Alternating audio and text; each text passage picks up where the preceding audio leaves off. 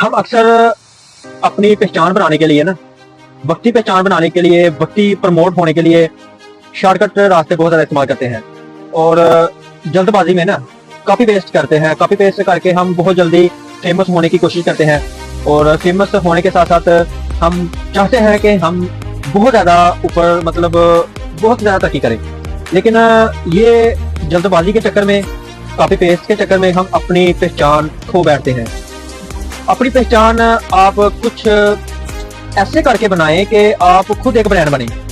आप खुद एक ब्रांड बने। आप किसी के बलबूते के ऊपर एक या दो दफा तो कामयाब जरूर हो जाएंगे और जल्दी ही हो जाएंगे, लेकिन वक्त के साथ साथ आप अपनी पहचान को खो देंगे। आपको नाकामियों का सामना करना पड़ेगा और जो पहचान आपकी बनेगी ना खुद के दम के ऊपर, वो कभी आपसे कोई खो नहीं सकता, खींच नहीं सकता। और आप लोग अपना ब्रांड बनाओ, अपनी पहचान बनाओ, उसमें टाइम लगेगा।